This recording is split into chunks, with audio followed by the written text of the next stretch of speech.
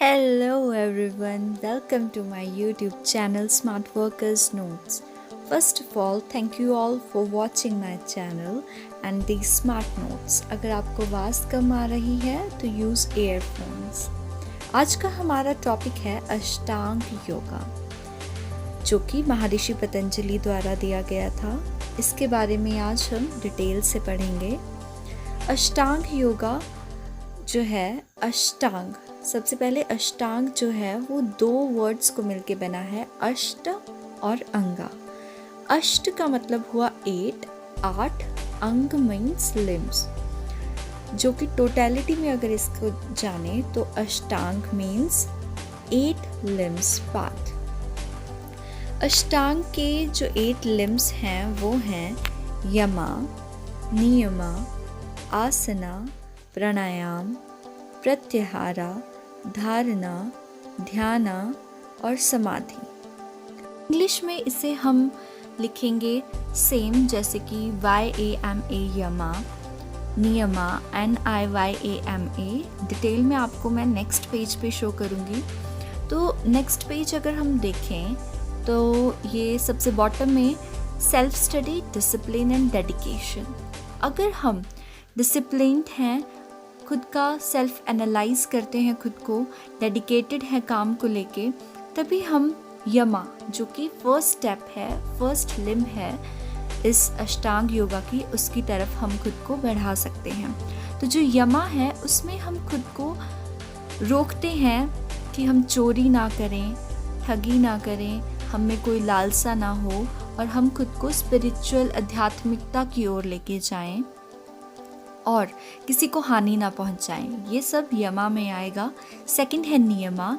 नियमा में हम हार्मनी रखते हैं खुद के लिए। इसमें डेडिकेशन आ जाता है, खुद की सेल्फ स्टडी, क्या हमारे लिए सही है क्या नहीं, प्योरिटी, थॉट्स में प्योरिटी आती है। अगर हमारे यमा और नियमा सही रहेंगे, जो कि मॉरलिटी से रिलेटेड है, तभी हम थर्ड, जो कि आसना है, उसके ऊपर फोकस कर पाएंगे। आसना है control of body, posture and movement. Asana के बाद आता है जब हमने अपनी बॉडी को, मूवमेंट को और पोस्चर्स को कंट्रोल में कर लिया, तो देन आता है प्राणायाम। प्राणायाम में ब्रीदिंग टेक्निक्स आती हैं, जिसमें हम कंट्रोल करते हैं अपनी ब्रीदिंग, इंस्पिरेशन और एक्सपिरेशन टेक्निक्स को। और उसके बाद आता है प्रत्याहारा। प्रत्याहारा में आएगा कि अपनी सेंसेस को कंट्रोल में रखना। जब हम डिटैच कर लेते हैं खुद को आउटसाइड वर्ल्ड से और हम कंसंट्रेट करते हैं अपनी ब्रीथ के ऊपर। देन आता है धारणा। धारणा है स्टेडिंग द माइंड, जिसमें अपने माइंड के ऊपर हम कंसंट्रेट करते हैं, अपने इमोशंस को कंट्रोल करते हैं। देन आ गया ध्यान। ध्यान में हम अपने सारे ध्यान को बाहरी चीज़ों से हटा के एक केंद्र पे फोकस करते हैं, वो आ गया ध्यान। और जब ये ध्यान हमारा काफ़ी टाइम तक चलता है तो उसे हम समाधि कहते हैं। अकॉर्डिंग टू महर्षि पतंजलि, यमा के 5 पार्ट्स हैं: नॉन वायलेंस अहिंसा, ट्रुथफुलनेस सत्य, नॉन स्टीलिंग असत्य, ब्रह्मचर्य और अपिग्रह। अपिग्रह को हम नॉन पोजेसिवनेस भी कहते हैं। सबसे पहला है नॉन वायलेंस। यमा का फर्स्ट पार्ट नॉन वायलेंस, जो कि इंटेलेक्चुअल नॉन वायलेंस आता है, फिजिकल नॉन वायलेंस और स्पीच नॉन वायलेंस। इसमें आ गया कि हम अपने शब्दों के द्वारा किसी को हार्म ना पहुंचाएं, फिजिकल यानी कि पनिशमेंट द्वारा किसी को हार्म ना पहुंचाएं और वर्ड्स के थ्रू हार्म ना पहुंचाएं। सत्य आ गया कि जो भी हमने देखा, सुना या हमारे दिमाग में आया, वो सत्य की तरफ हमें ले जाए। इंटेलेक्चुअल ट्रुथफुलनेस में आ गया कि by speaking what is truth. Physical truthfulness में आ गया कि जो हमने देखा वही हम सत्य, उसी से हम रिलेट करके कहें। अनट्रुथ में आ गया असत्य, यानी कि हमें चोरी नहीं करनी और हमें चोरी के बारे में सोचना भी नहीं है। नेक्स्ट है ब्रह्मचर्य कि हमें अपनी सारी विशेस और डिज़ायर को कंट्रोल में रखना है, कोई भी गलत चीज़ हमारे दिमाग में ना आए। नेक्स्ट आता है अपरिग्रह। अपरिग्रह में आएगा कि हमें सेटिस्फाइड रहना है, जो भी हमारी डिज़ायर्स है उनको कंट्रोल में रखना है और हमारा एम होना चाहिए ईश्वर की प्राप्ति का।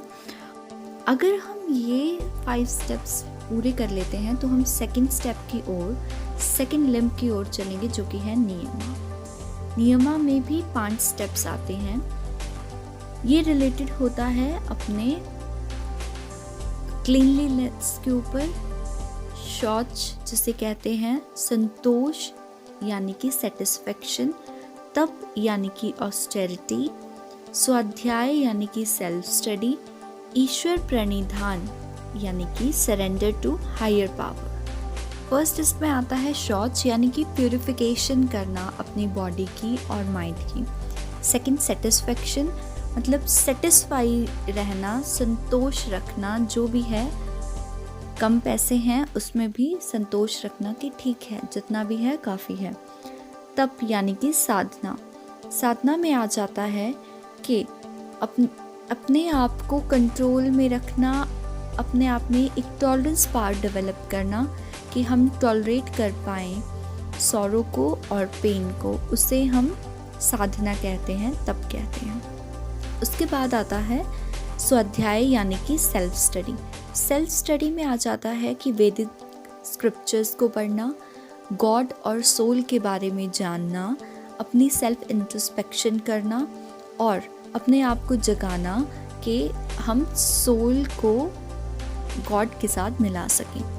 उससे नेक्स्ट आता है ईश्वर प्रणिधान, कि सरेंडर कर देना खुद को भगवान के आगे और वर्शिप करना, पूरी इच्छा से अपने माइंड को कंट्रोल में लाके, अपनी वाणी को कंट्रोल में लाके उस सुप्रीम पावर के आगे खुद को सरेंडर कर देना।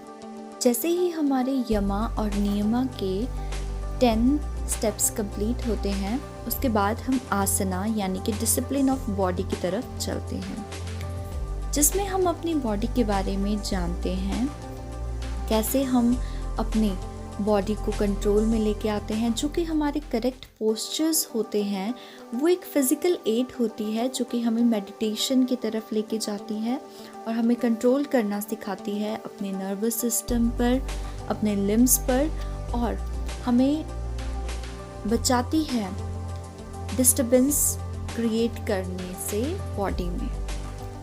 जो काफ़ी सारे ऑब्स्टिकल्स आ जाते हैं बीच में कि हम नेगेटिव एनर्जी हमें आ जाती है, जो योगा है, आसना प्रैक्टिस है, ये हमें उससे भी बचाती है।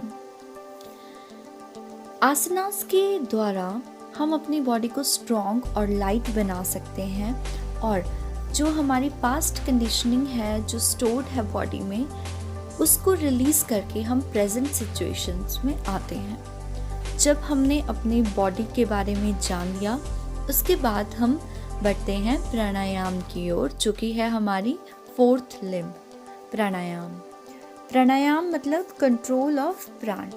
इसका एम है to motivate the existing prana power and regulate to balance.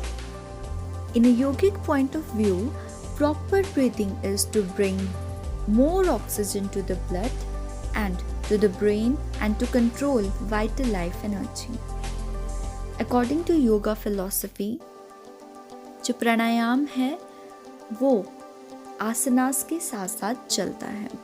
इसकी एक्सटीरियर वरीति होती है, इनर वरीति होती है, स्तंभरी वरीति होती है और एक्सटर्नल इंटरनल वरीति भी होती है।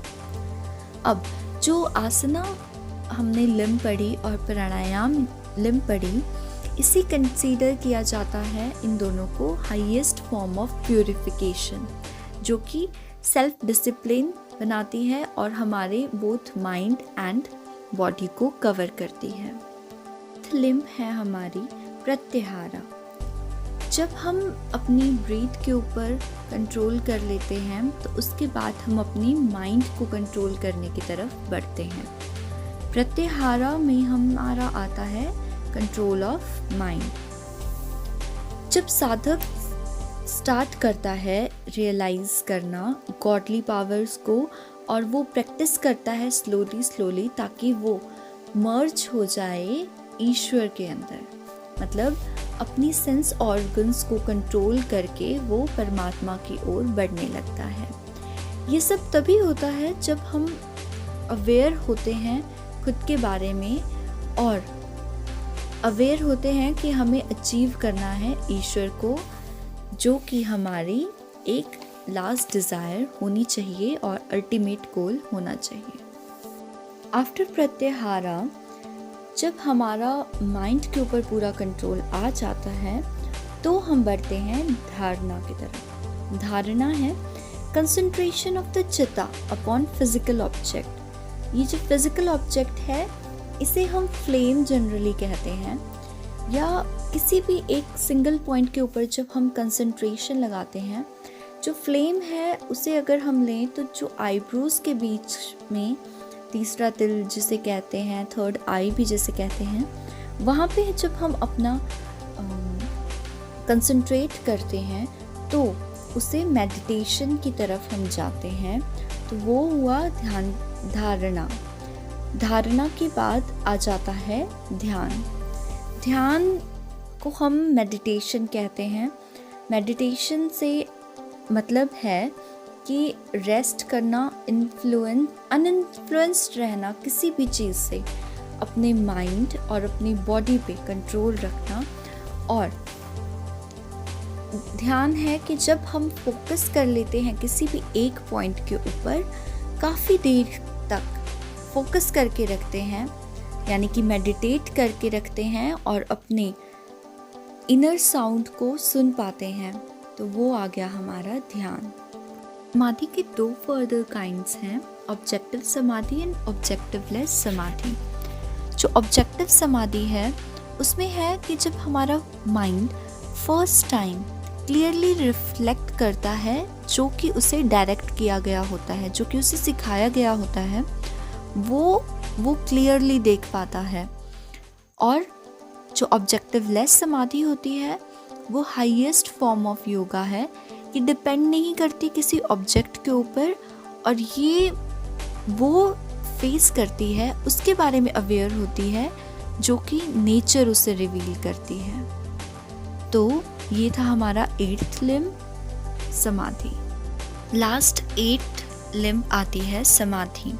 समाधि हाईएस्ट फॉर्म ऑफ योगा है, जो कि है कि जब हम फोकस करते हैं किसी एक पॉइंट के ऊपर काफ़ी देर तक, जब हम पूरा एग्जॉस्ट हो जाते हैं और ईश्वर साधना की ओर लीन हो जाते हैं और हमारी खुद का जो सेल्फ होता है वो शून्य की तरफ चले जाता है, उसे हम समाधि कहते हैं। और ये जो सिचुएशन होती है ये बहुत इंजॉयबल होती है, पीसफुल होती है, और इसे हम कहते हैं कि भक्ति में लीन हो जाना, जनरली हम इसे कहते हैं। समाधि के 2 मेन टाइप्स होते हैं, ऑब्जेक्टिव समाधि एंड ऑब्जेक्टिवलेस समाधि। नाम से ही पता चल रहा है कि जो ऑब्जेक्टिव समाधि है उसमें कोई ना कोई ऑब्जेक्टिव होगा, जो हमें सिखाया गया होगा, वो हमारे माइंड में वो चीज़ रिफ्लेक्ट होगी। और जो ऑब्जेक्टिवलेस समाधि है वो हाईएस्ट फॉर्म ऑफ योगा होती है, और उसमें कोई भी ऑब्जेक्ट नहीं होता। इसमें हम वो चीज़ विटनेस कर पाते हैं जो असलियत में है, यानी कि परमात्मा। तो ये था हमारा लास्ट समाधि, 8th लिम्ब ऑफ योगा। तो आज हमने अष्टांग योगा ऑफ पतंजलि पढ़ा, जिसमें कि हमारे 8 लिम्ब्स थे योगा के। आई होप आप सबको मेरे नोट्स पसंद आ रहे हों और आपके लिए काफ़ी हेल्पफुल रहेंगे ये नोट्स। प्लीज़ इनको अच्छे से पढ़ें और अच्छे से बना लीजिए, क्योंकि इस बार वर्चुअल क्लासेस ही होंगी और एग्ज़ाम्स भी आने वाले हैं। तो ज़्यादा से ज़्यादा शेयर करें और मेरी चैनल को सब्सक्राइब करें, वीडियो को लाइक करें और शेयर करें। Thank you.